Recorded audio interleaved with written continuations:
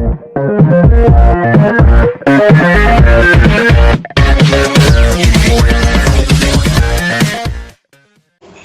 is our second part of video discussion, wherein after we have an overview of the high quality assessment and at the same time the principles of authentic assessment, what we are going to do for today is that we will dwell more on the authentic assessment itself.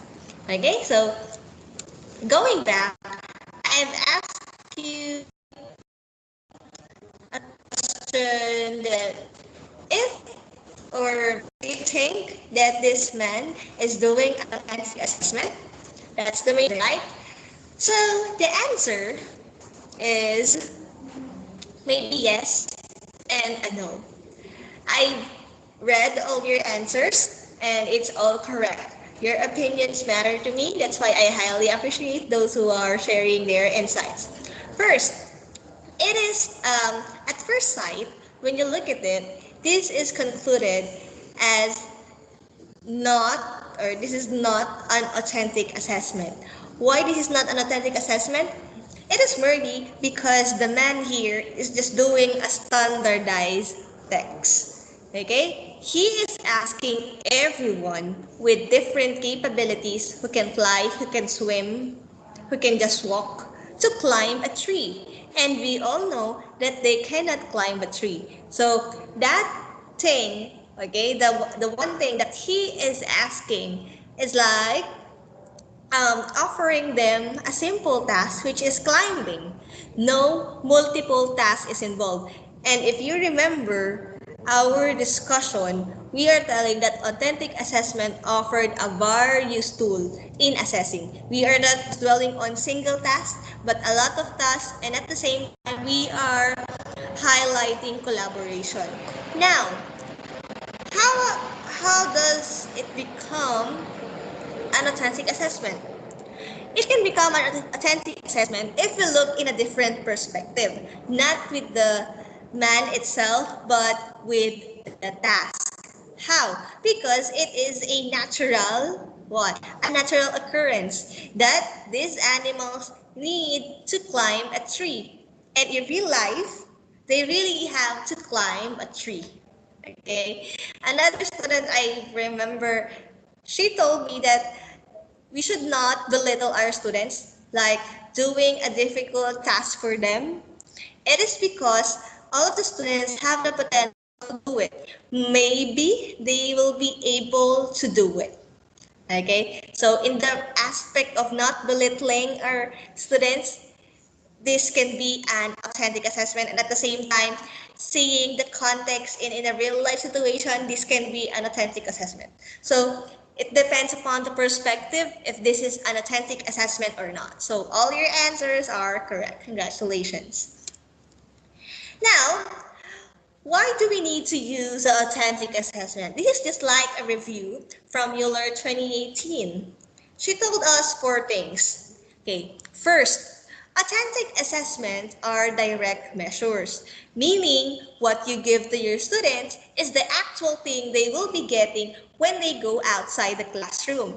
For example, if you wanted your students to write something, why not instead of writing just a letter, a simple letter, ask them to do a business letter. Like they will be saying something or applying for a job in a certain company.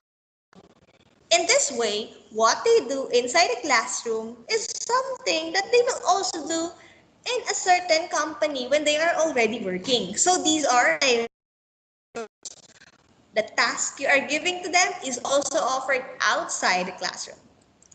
Second, authentic assessment capture constructive nature. How do we learn? Do we learn by just memorizing things? Absolutely no. We learn through experience and by making outputs from it. So in a classroom and in applying authentic assessment, we have to make sure that when we do assessments for them, it should be meaningful for them, right? So, what is a basic example of this? A teacher who just merely asks the student to memorize a poem, for example, and present it in class may not be an effective way to assess if the students learned the poetry or not. Instead of asking them to memorize the poetry, why not ask them to interpret it and create a debate, an activity as to why this interpretation is better than the other. In that way, it will be more meaningful for them. Very just merely orally reciting things, right? So that is, you are capturing the nature of learning. Third, authentic assessments integrate teaching, learning, and assessment itself. As I've told you on our first discussion, authentic assessment on process, not the product. Okay, meaning while you are teaching something to them and while they are learning way as to how they are being assessed. And one example of this is through observation, right? Fourth, applicable facts to demonstration. They have to apply what they have learned. It should not stop in the knowledge itself, but with the application they have to do. For example, if you ask your students to read a certain, for example, a certain word or a certain sentence, then they have the knowledge. They will be able to, what do you call this? They will be able to encode all the text or all the words that is written on board, for example. Now, how will the demonstration takes place through reading? For example, when they buy something from a market and they read the instructions and follows it, therefore it is already a demonstration. As simple as that. Another thing, from the signs, if you know how to read, you will follow the rules given, right? So these are the four reasons why authentic assessment is very important in the classroom teaching, especially in language. Since language is already part of the culture, and culture, we all know, is part of our life. Moving on, let us differentiate traditional from authentic assessment. So I know you already have something in your mind as to how these two things are different. First, when we say traditional, it is more of knowledge based. Okay? You are just grasping all the information you know, and you are, as a teacher, you are just discussing things. Second, rank and compare according to standards. You remember, if you're in elementary or in high school, what we did is top 1, top 2, top 3, right? We are ranked to, what do you call this, to our grades. And the teachers are somehow bothered if there are two pupils who have the same, for example, grade. I've experienced this when I was in high school. Um, I was in top 8 if you going to base the rank, but then the teacher do something like the students who is more active in extracurricular activities. That's why I become top 9. So that is a traditional way of assessing the students.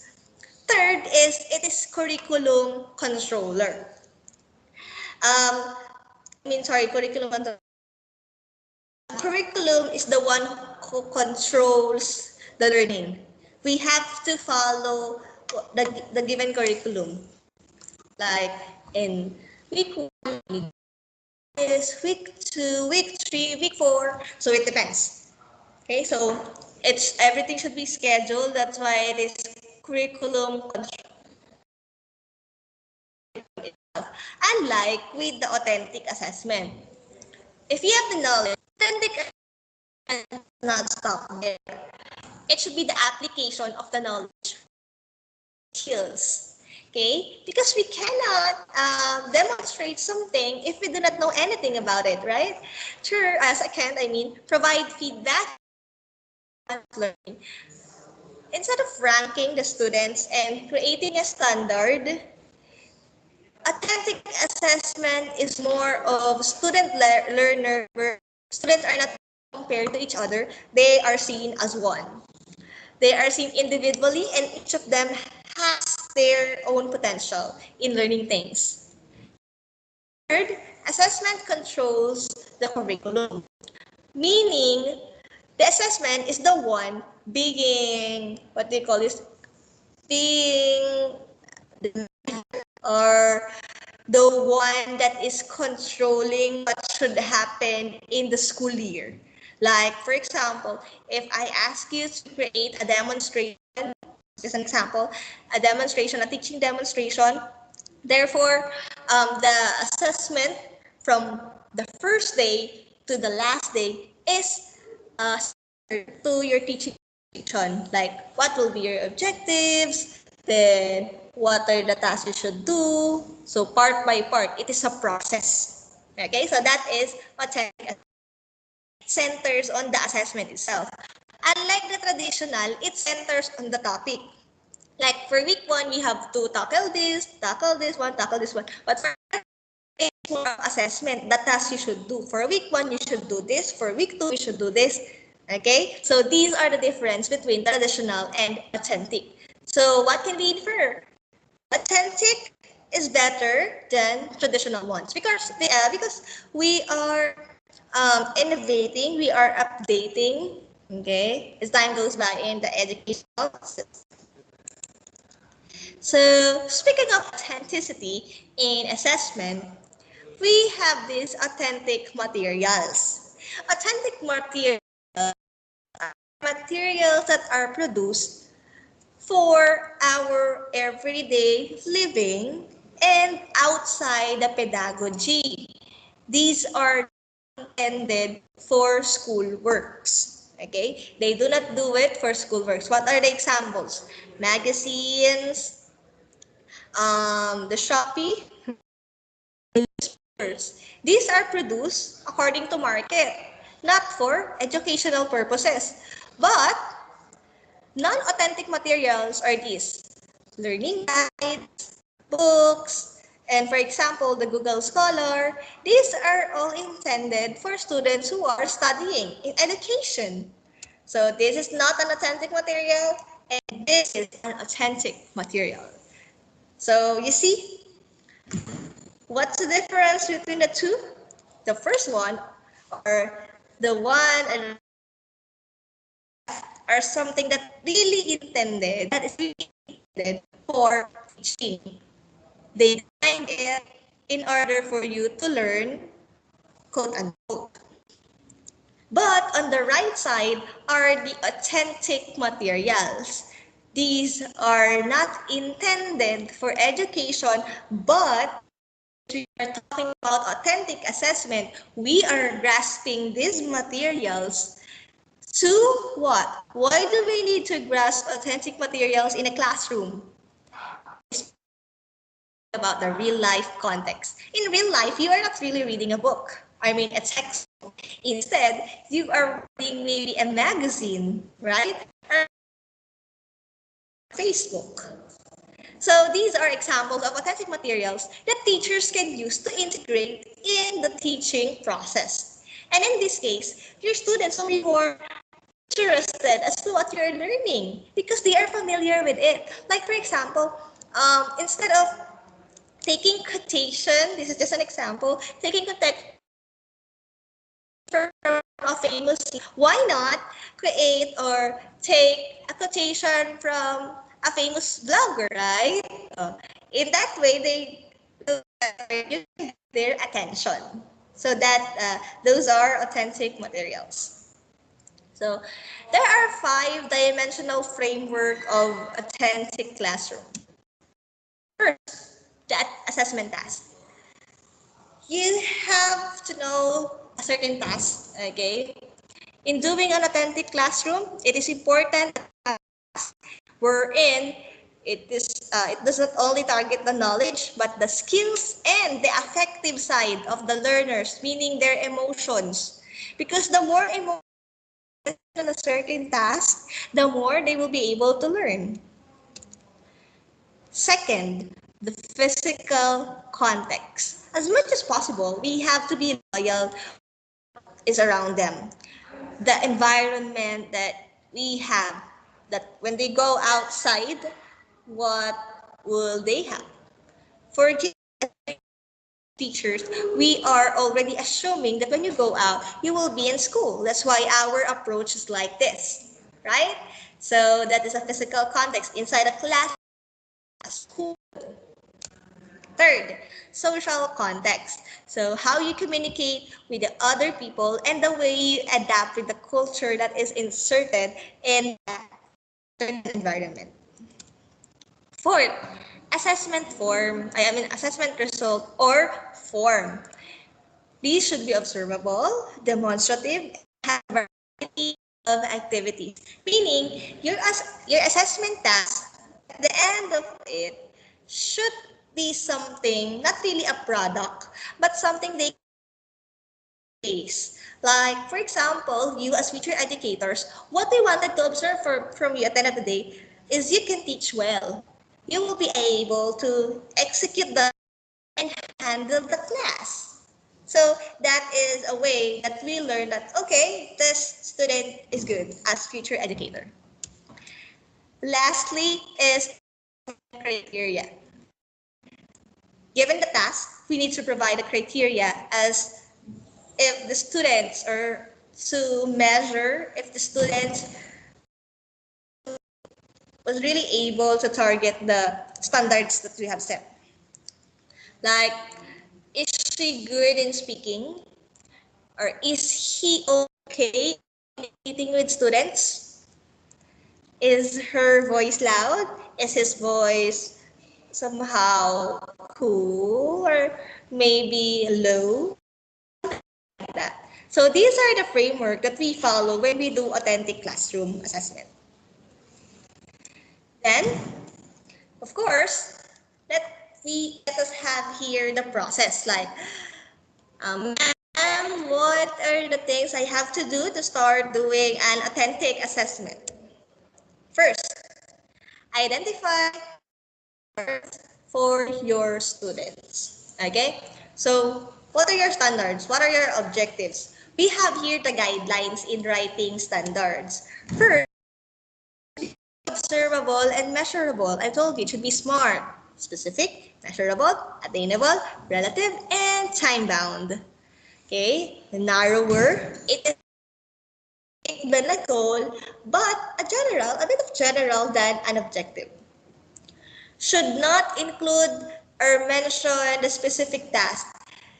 Guys, these are just standards, okay? So you should not include, the students will write an essay about, for example, this one. It is specific.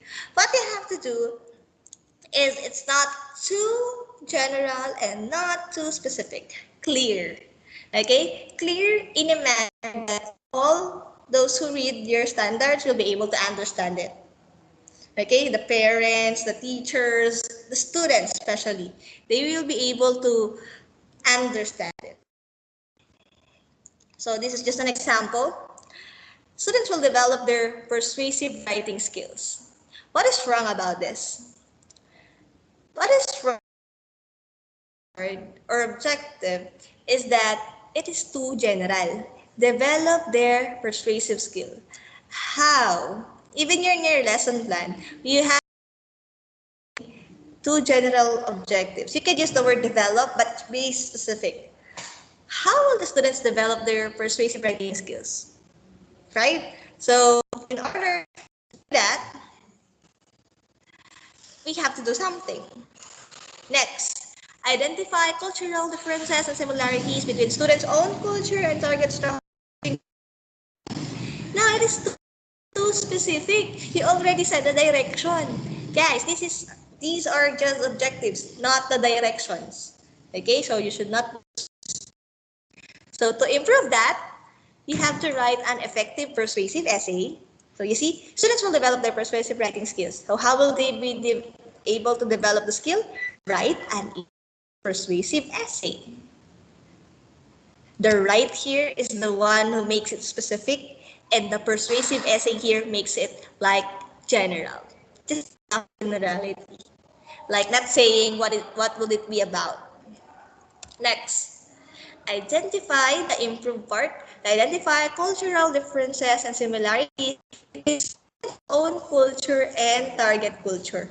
What did we omit? The Venn diagram. Okay?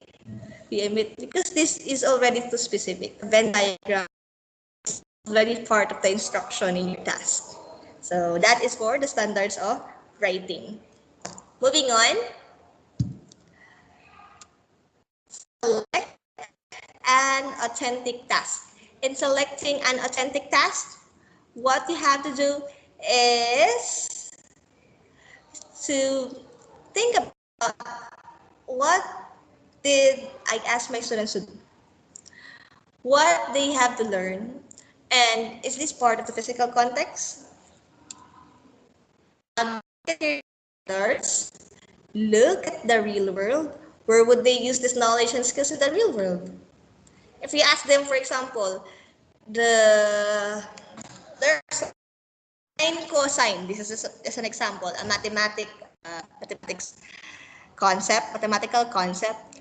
Where are you going to apply the sine cosine formula? Really?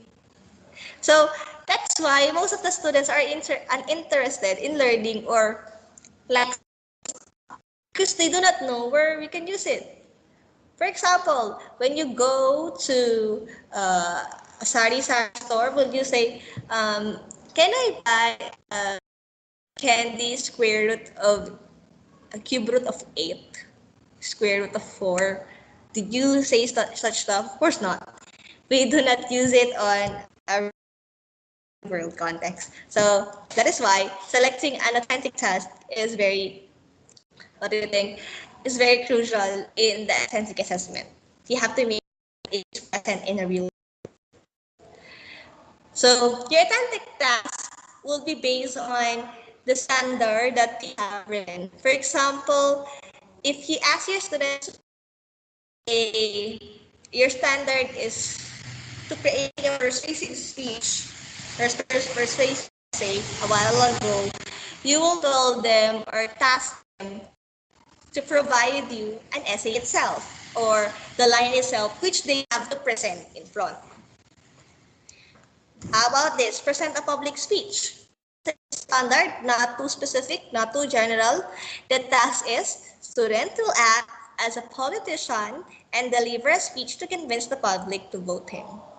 In this way, if that person is maybe in future will be able to run as a politician, maybe this would help him. But not only that, it could also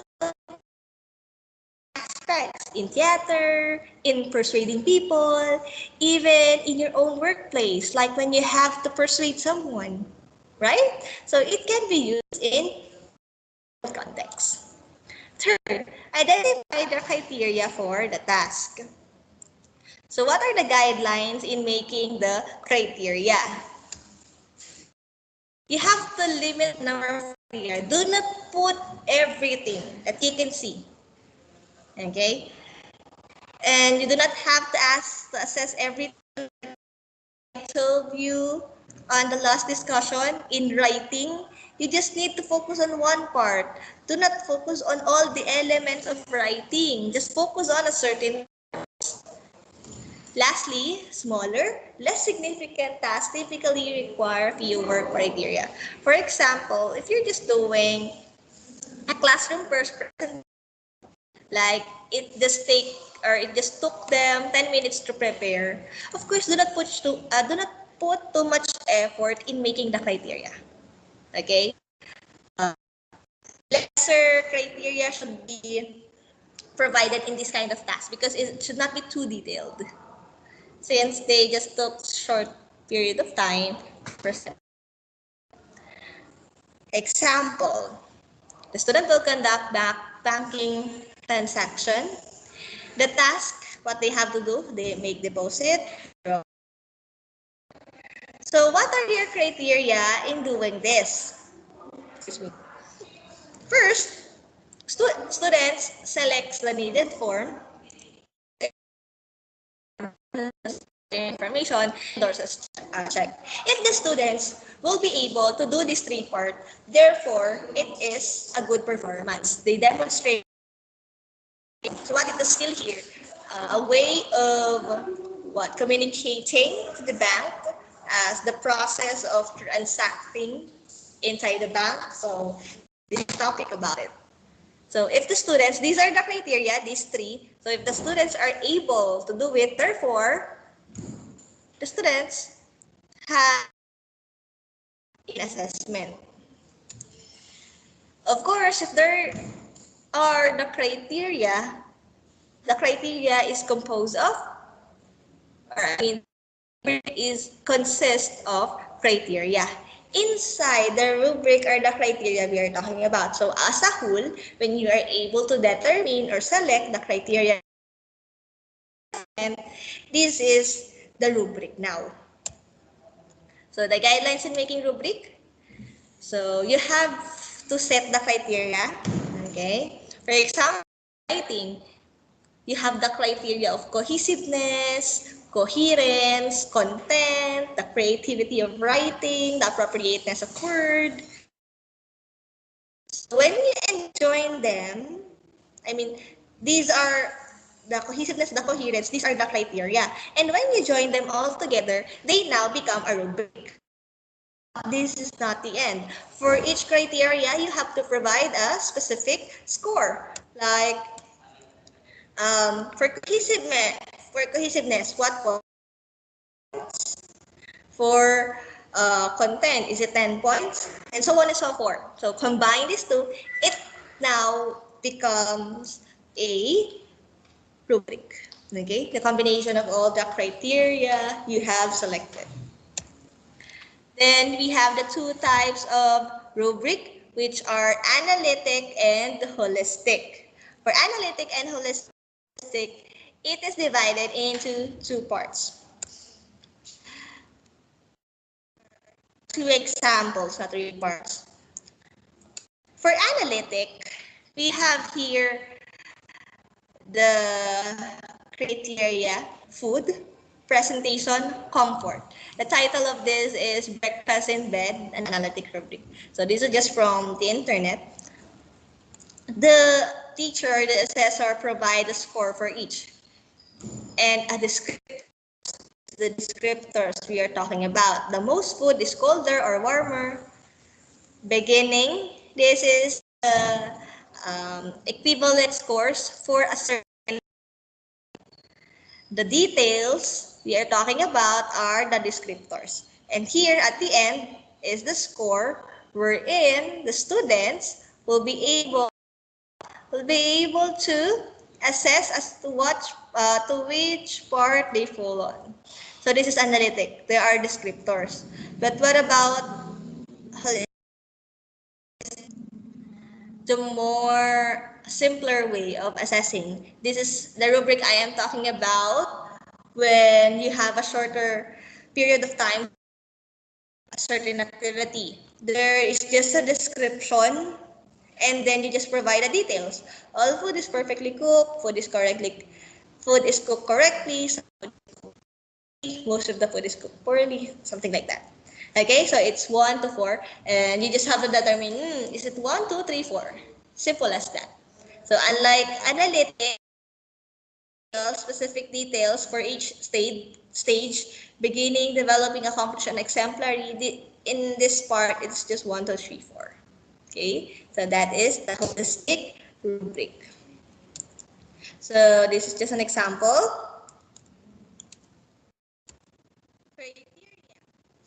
Criteria. You already have the organization, for example, for writing. Then you need to determine the equivalent scores. Does it improvement, developing, goal, average, or excellent? Then, as an example, For example, you have viewed a certain material, you will, of course, present each descriptor that is evident in the certain text. Okay, so that's it. To summarize, in the assessment, you have to first determine the standards of your objectives. Second, prepare the task. Third, provide a criteria. And fourth, form a rubric. Okay? These are the four steps that you have to do in authentic assessment. Any examples of authentic assessment? We have here oral interviews. Okay, like for example, job interviews, portfolios. Ma'am, portfolios are not part of everyday life. No, it is part, but just in our mind. In this part, you are organizing all your stuff, organizing the good things and not so good things that you do from the whole semester. Story or test retelling, they tell a story. So why not? And the task you provide, make them retell something. Teacher observations. This focuses on the teacher looking at the student, debating, who are, for example, in my case, reacting in the messages, sharing their insights. So these are the teacher's observation. In this way, we are learning, we are assessing naturally as to how you move as a student. Writing samples, business writing, biodata, writing of resume and of course, you will do it. So in the task, in your actual task, why not ask your student to do some so they will be able to experience it? Not that that's the only time you will be able to write your own CV.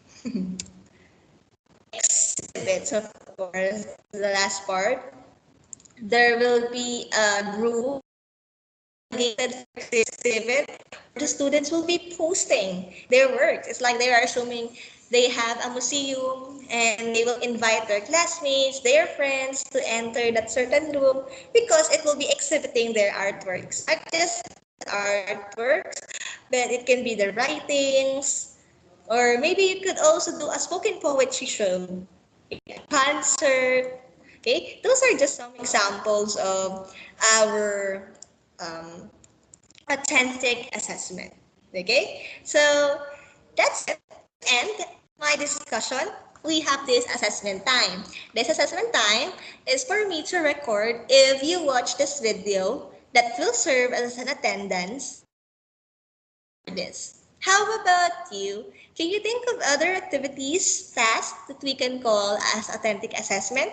Okay, you can search from the and share what we can do about this. I don't want you to copy paste everything in the net. I just want you to get some ideas from the internet and share how it could be an authentic assessment. Or maybe it will be better if you think of your own activity, right?